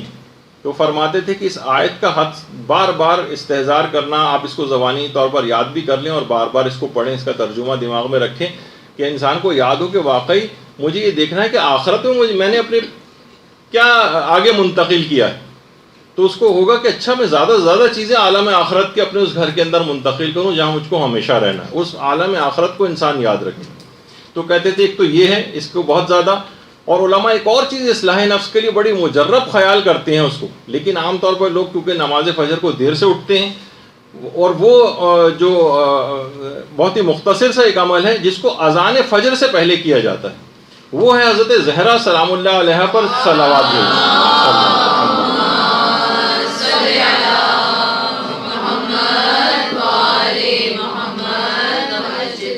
تو فرماتے تھے کہ بہت ہی زیادہ مجرب ہے اصلاح نفس کے لیے کہ اذان فجر سے پہلے حضرت زہرا پہ جو صلوات بھیجے گا اس کا نفس انتہائی پاکیزہ ہو جائے گا، شخصیت بھی ایسی۔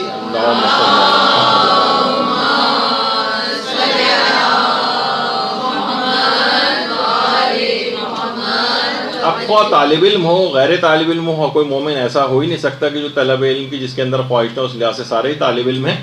تو بہرحال تہذیب نفس سب کے اوپر لازم ہے، طریقہ کار پر سب کو عمل کرنے کی ضرورت ہے۔ آیت اللہ حق شناس ایک بات بڑی اچھی فرماتے تھے فرماتے تھے کہ مسئلہ یہ ہے کہ ہم نے موعظہ سننا ہی چھوڑ دیا ہے، واعظ و نصیحت سننی چھوڑ دی۔ اب آپ دیکھیں کتنے کم اخلاقیات کے درس خود کراچی شہر کے اندر کتنے کم ہوتے ہیں، یعنی اور جو چھوٹے علاقے ہیں ان کو تو آپ اور سوچیے کہ مومنین وہاں کے کتنے پریشان ہیں عام طور پر، تو کتنی زیادہ ان جگہوں کے اوپر ضرورت ہے گھر گھر اور علاقوں کے اندر درسوں کو قائم کرنے کی اور علماء کو بلانے کی اور درس اخلاق ان سے کروانے کی۔ وہ فرماتے تھے کہ مسئلہ ہے کہ انسانوں نے موعظہ سننا چھوڑ دیا ہے، اور فرماتے تھے اگر انسان تیار ہو جائے واقعی طور پر موعظہ سننے کے لیے، واعظ و نصیحت سننے کے لیے، تو یہ در و دیوار اس کو موعظہ اور نصیحت کریں گے۔ دیکھا جائے تو انسان اب بس ایک دفعہ سننے کو تیار تو ہو، پھر وہ دیکھے گا کہ واقعتاً در و دیوار جو ہے وہ نصیحت کرنے کو تیار ہیں، نصیحتیں اور عبرتیں اتنی بکھری ہوئی ہیں اس کے لیے۔ ہمارے ساتھ مسئلہ یہ ہے وہی جو آیت اللہ انصاری شیرازی فرماتے تھے کہ طالب علم کا جو سرمایہ ہے نا، وہ نہ تو مال و دولت ہے، نہ ریاست ہے، نہ شہرت ہے، اور نہ یہ تجملات ہیں کہ مثلا طالبہ ہونے کے لحاظ سے آپ جو ہیں وہ میک اپ میں اور زیورات میں اور کپڑے بنانے کی ہر وقت فکر میں رہیں۔ تجملات کہتے تھے طالب علم کا اس سے کوئی کام نہیں، نہ مال و دولت، نہ ریاست و شہرت، نہ تجملات۔ فرماتے تھے کہ اس کے لیے کیا چیزیں؟ علم، تقوی اور اہل علم کی مجالست، اہل علم کی مجالست۔ تو اہل علم جو ہے، اب کتنے علماء جو ہے آپ کو ابھی بھی انشاءاللہ جو دوسرا درس ہوگا مولانا عامر رضا یاسوفی صاحب کا ہوگا، وہ تشریف لے آئے ہیں، اور رمضان میں بھی انشاءاللہ آپ ان سے مستفید ہوں گے مسائل شریعت میں۔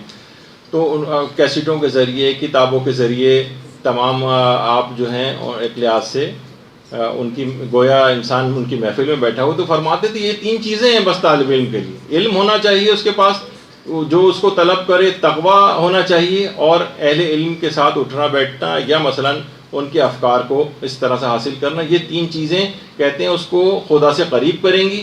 باقی کہتے تھے کہ دنیاوی جتنی چیزیں ہیں وہ ساری معکوس ہیں، یعنی وہ اس کو خدا سے دور کرتی ہیں۔ جتنا زیادہ تجملات میں، جتنا زیادہ شہرت پسندی میں، جتنا زیادہ مال و دولت کی طرف طالب علم جائے گا، یہ اتنا دور اس کو اللہ سے لے جائیں گی جو قابل جبران بھی نہیں، وہ کمپنسیٹ بھی نہیں ہو سکتا۔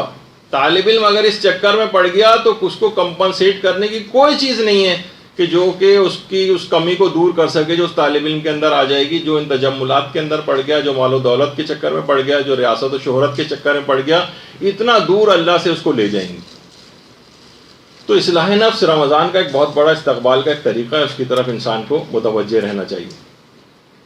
اور دیکھیے تبلیغ عملی، عمل کے ذریعے تبلیغ کرنا، طالب علم یا کوئی بھی مومن جب تک اپنے عمل سے تبلیغ، ہم لوگ ہمارے ساتھ مسئلہ کیسے زبان سے تبلیغ کرتے ہیں، اس کا تقاضا دیکھیے عمل سے تبلیغ کرنے کا رسول اللہ تک سے کیا گیا۔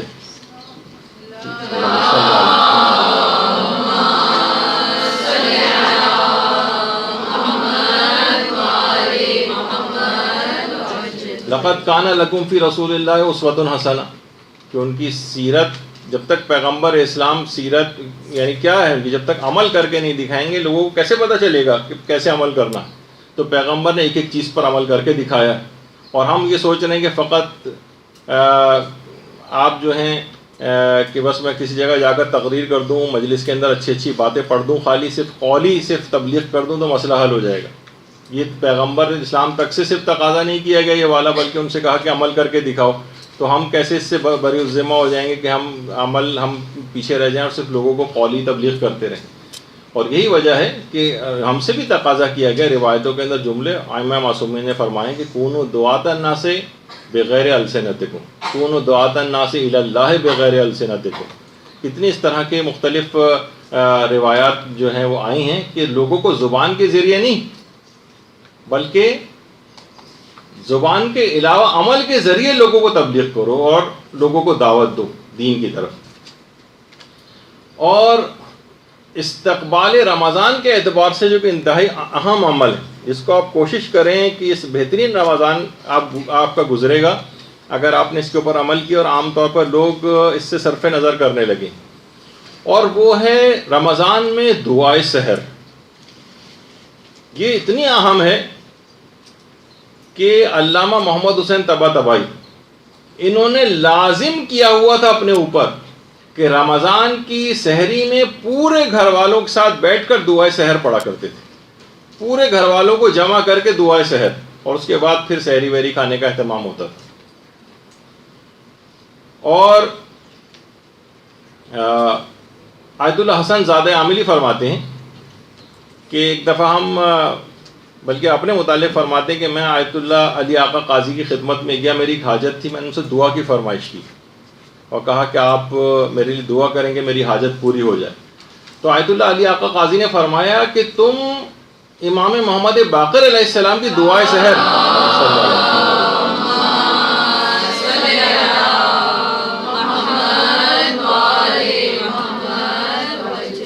فرماتے تھے کہ تم پانچویں امام کی دعائے سحر کیوں نہیں پڑھتے ہو؟ اچھا، دعائے سحر دو بڑی مشہور ہے، ایک تو دعائے سحر ہمارے پانچویں امام کی ہے اور ایک ہمارے آٹھویں امام امام علی رضا علیہ الصلوۃ والسلام۔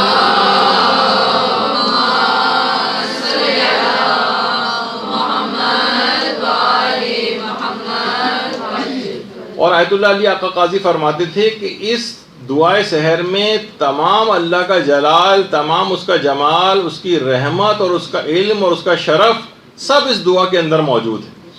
اور کہا کہ اس میں ایک حرف بھی حور و غلمان سے متعلق نہیں، اور فرماتے تھے کہ بہشت اگر شیریں ہے تو بہشت آفرین شیریں تر ہے۔ یعنی بہت سے ہوتا ہے نا کہ بہت سی دعاؤں کے اندر جب تک رزق اور فلاں فلاں دعائیں اور اس کے اندر نہ ہو تب تک ہمیں مزہ نہیں آتا، اس کے اندر معرفت کے خزانے، اس میں پروردگار کا جلال ہے، جمال ہے، رحمت ہے، اس کا علم اس دعا کے اندر جو ہے موجود ہے۔ اور اس طرح کی اس کے اندر عام طور پہ جو دنیاوی حاجات ہیں اس کا تذکرہ نہیں۔ تو کہا کہ اس کو خاص طور پر اصلاح نفس والوں کے لیے دعائے سحر کو فراموش نہیں کرنا ہے، اور ممکن ہو تو دونوں دعائیں سحر، آٹھویں امام کی اور پانچویں امام کی، اس کو ضرور پڑھیں، زیادہ لمبی بھی نہیں، مختصر سی ہیں۔ اچھا، ایک چیز اور ہے کہ جو کہ آیت اللہ محمد حسین طباطبائی جس پر رمضان کے اندر عمل کیا کرتے تھے۔ اچھا، اب ضروری نہیں ہر شخص کے حالات الگ ہوتے ہیں، بہت سے لوگ اس کے اوپر عمل کر سکتے ہیں، کچھ کوشش کر کے عمل کر سکتے ہیں، کچھ کے ساتھ ایسی مصروفیات ہوتی ہیں کہ مکمل اس پر عمل نہیں کر سکتے ہیں۔ تو جس حد تک بھی ہو سکے وہ یہ کیا کرتے تھے، اور ہمیں اور بھی علماء اور عرفاء کی زندگی کے اندر چیز ملتی ہے، ماہ رمضان میں پوری رات جاگ کر گزارنا۔ لیکن لوگوں کے ساتھ، یہ میں نے کہا نا، ہر شخص کے حالات الگ ہیں، جاب پہ بھی جانا ہے، پڑھنے بھی جانا ہے، یا کوئی اور مصروفیات ہیں۔ لیکن اگر ایسا کچھ نہیں ہے اور کچھ مینیج ہو سکتا ہے تو جو افراد اس کو مینیج کر سکتے ہوں وہ کم از کم ماہ رمضان میں پوری رات اگر جاگ سکیں تو بے انتہا فائدے ہیں۔ اور خود آیت اللہ محمد حسین طباطبائی کہتے تھے، فرماتے تھے کہ مجھے یاد نہیں پڑتا، یعنی بالکل بچپن اور جوانی کے دور سے لے کر اب تک میں پوری زندگی میں رمضان کی کسی ایک رات بھی سویا ہوں، مجھے یاد نہیں۔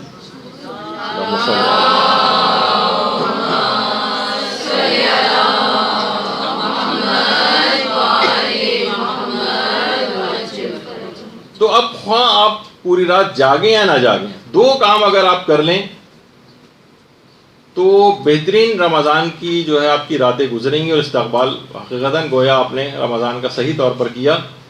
وہ یہ ہے کہ روزانہ ایک تو نماز شب کو فراموش نہ کریں، اور نماز شب سے مراد 11 رکعت ہی پڑھیں، 11 رکعت۔ ایک تو ایک مختصر 3 1 والی، وہ بھی اپنی جگہ پہ ہے، چلیں جب کبھی ایسا موقع ہو جائے، لیکن رمضان میں کوئی ایکسکیوز نہیں بنتا ہے کہ آپ 11 رکعت کی نماز شب کو فراموش کریں۔ اور دوسری ہے نماز جعفر طیار، یہ کم سے کم ہفتے میں ایک دن تو ضرور رمضان میں پڑھیں، روز پڑھیں تو کیا ہی کہنا، گویا ایک خزانہ اس کے پاس آ جائے گا علم و معرفت اور عمل کے اعتبار سے، اور نامہ اعمال جو اس کا بھاری ہوگا۔ یہ دو چیزیں، ایک تو نماز شب اور ایک نماز جعفر طیار، اس کی راتوں ملتا ہے۔ باقاعدہ علماء کہتے ہیں شیاطین نے باقاعدہ ایک شیطان مقرر کیا ہے جو فقط اور فقط آپ کو نماز شب سے ہٹانے کے لیے مقرر ہے۔ آپ کو دماغ میں نماز شب کا آنے نہیں دے گا، وسوسے ڈالے گا، آپ کی کوشش کریں گے آپ پڑھیں، آپ کو پڑھنے نہیں دے گا، پڑھنے شروع بھی کریں گی، وہ آپ کو کہے گا کہ نہیں 1 رکعت ہی پڑھ لو، بس 3 رکعت ہی پڑھ لو، جائز تو ہے، بہت سارے اس طرح کے وسوسے ڈالے گا، اور آپ کو کہ شیاطین نے پورا فل ٹائم ایک شیطان اس پر مقرر کیا ہوا کہ جو نماز شب نہ پڑھنے گی۔ تو یہ اچھا علماء فرماتے ہیں نماز شب کے لیے جو وسوسہ پیدا کرتا ہے یہ شیطان، اور یہ بہت طاقتور شیطان ہے، اور اس کا وسوسہ بھی بہت طاقتور ہوتا ہے کہ اکثر افراد اس سے مغلوب ہو جاتے ہیں سوائے مخلص لوگوں کے، یعنی جن کے اوپر اس کا اثر نہیں چلتا وہ ایک الگ ہے. لیکن اس کے علاوہ یہ بہت اسٹرانگ وسوسہ ڈالتا ہے کہ لوگ نماز شب پڑھنے سے رہ جائیں. یہی وجہ ہے کہ آیت اللہ کوہستانی فرماتے تھے کہ جو طالب علم بھی نماز شب کا پابند نہ ہو اور ہفتے میں کم سے کم ایک دفعہ نماز جعفر طیار نہ پڑھتا ہو، میں اس کو ایک مکمل طالب علم تسلیم نہیں کرتا. یہ بات یاد رکھ لیں کہ خاص طور پر اگر محسوس کرتا ہے کوئی شخص میں کہ دینی طالب علم ہوں، وہ فرماتے ہیں اگر کوئی طالب علم نماز شب کا پابند نہیں ہے اور ہفتے میں کم سے کم ایک دن نماز جعفر طیار نہیں پڑھتا ہے تو وہ مکمل طالب علم نہیں، اس کے اندر کمی آ گئی. یہ کبھی اس طور پہ بڑے مقامات کو علم کے حاصل نہیں کر سکتا اگر ان دو چیزوں کے اوپر وہ کاربند نہیں. تو یہ بھی ایک پیغام اس کے اندر یہ ہے کہ جتنے بھی انسان کوشش کرے کہ جتنا بھی انسان مستحبات کی پابندی کرے، مکروہات سے بچنے کی پابندی کرے، تو گویا یہ مستحبات پر عمل اور مکروہات سے بچنا، واجب و حرام کی بات تو ایک طرف رہی، ہم مستحبات اور مکروہات کی بات کر رہے ہیں اس کی پابندی کی، تو گویا انسان ریڈ لائن کراس کرنے سے بچ جاتا ہے.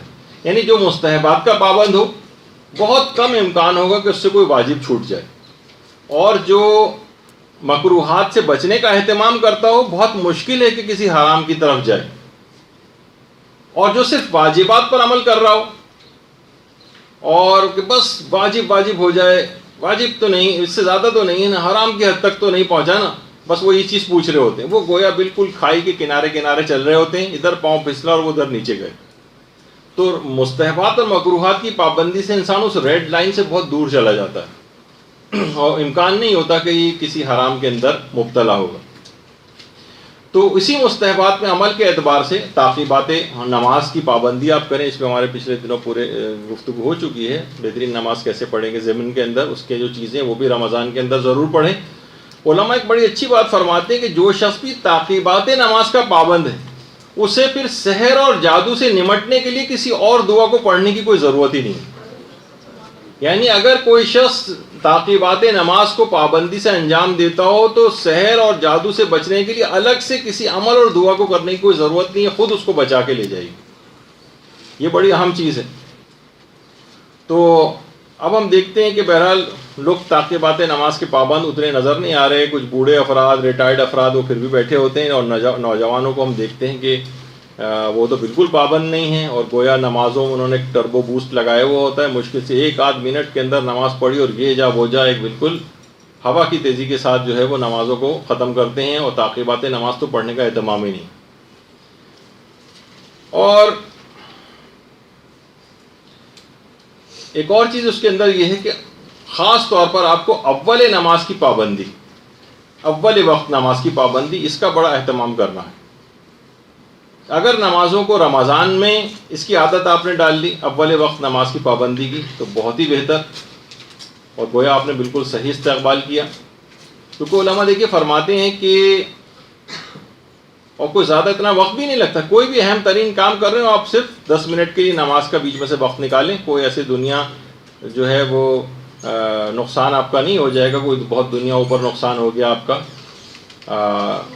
کیونکہ ہم دیکھتے ہیں علماء فرماتے ہیں کہ عاشورے کے روز کتنا زیادہ امام نے اول وقت نماز کا بھی اہتمام کیا تھا. علماء فرماتے ہیں کہ دیکھیے زیادہ تر شہادتیں زوال آفتاب کے بعد، یعنی نماز ظہر کا وقت آنے کے بعد ہوئیں. ظہر سے پہلے حضرت علی اکبر علیہ السلام بھی زندہ تھے، حضرت قاسم بھی زندہ تھے، حضرت عباس علمدار علیہ السلام بھی زندہ تھے.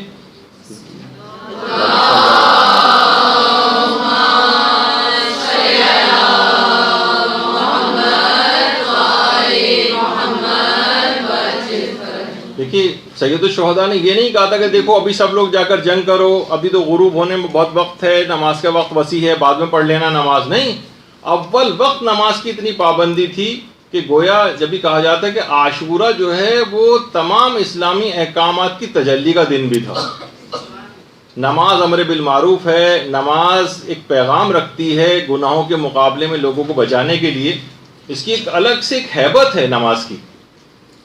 تو نماز ظہر جو انجام دی گئی تھی جو نماز خوف کے طریقے کے اوپر تھی. ایک خاص طریقہ ہوتا ہے کہ کس طرح سے اس میں جماعت کے ساتھ ایک رکعت پڑھی جاتی ہے, اس کے بعد فرادہ کی نیت کر کے پھر دوسری صف آ جاتی ہے پیچھے.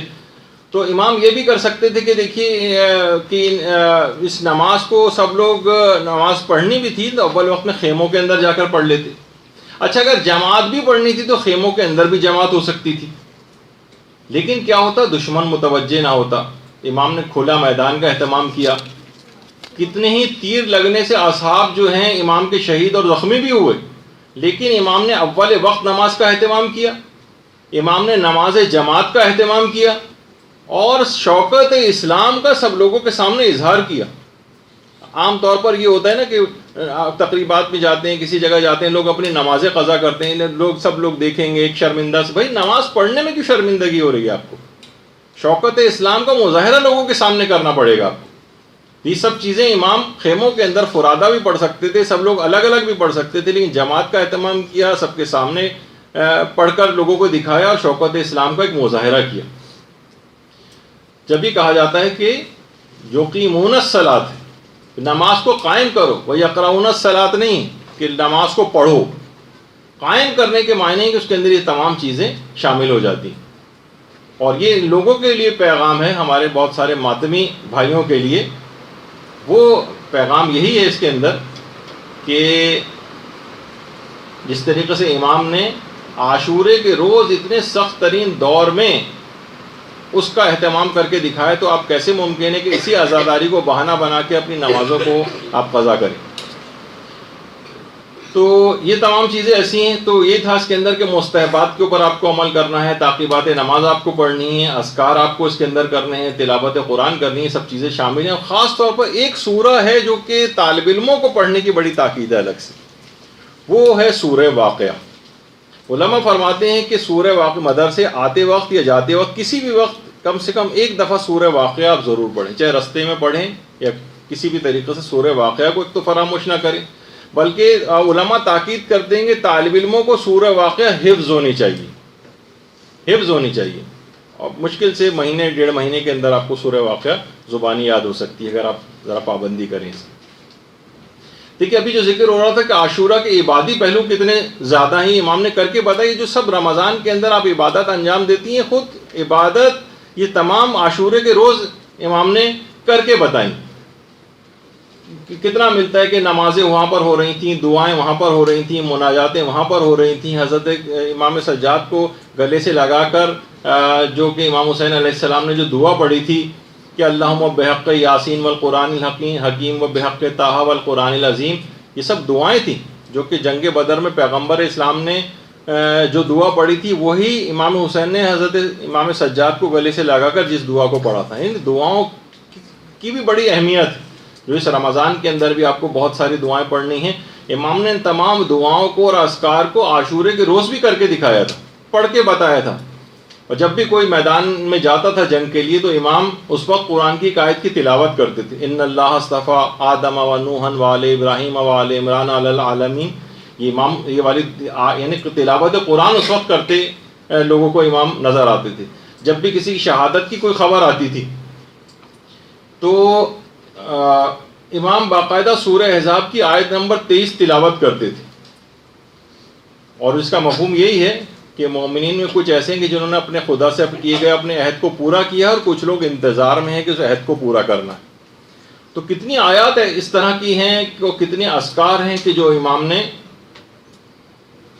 ان کو اس کی اہمیت اتنی زیادہ ہے ان دعاؤں اور اذکار کی. جب بھی آپ نے دیکھا کہ کتنا زیادہ ان کی تاکید آئی ہے ان دعاؤں کی اور اذکار کی, کہ یہی وجہ ہے کہ ابھی جن کا آیت اللہ کوہستانی کا تذکرہ ہو رہا تھا اس سے پہلے, وہ فرماتے تھے کہ انسان اصلاً دولہا اس وقت بنتا ہے جب وہ سدر اور کافور سے نہلا کر سفید لباس اس کو پہنایا جاتا ہے, اور جب وہ لوگوں کے کاندھوں پر سوار ہو کر لوگ اس دولہا کی ڈولی اٹھا کر لے کے جا رہے ہوتے ہیں, اور اس وقت اشہد ان لا الہ الا اللہ کی آوازیں گونج رہی ہوتی ہیں.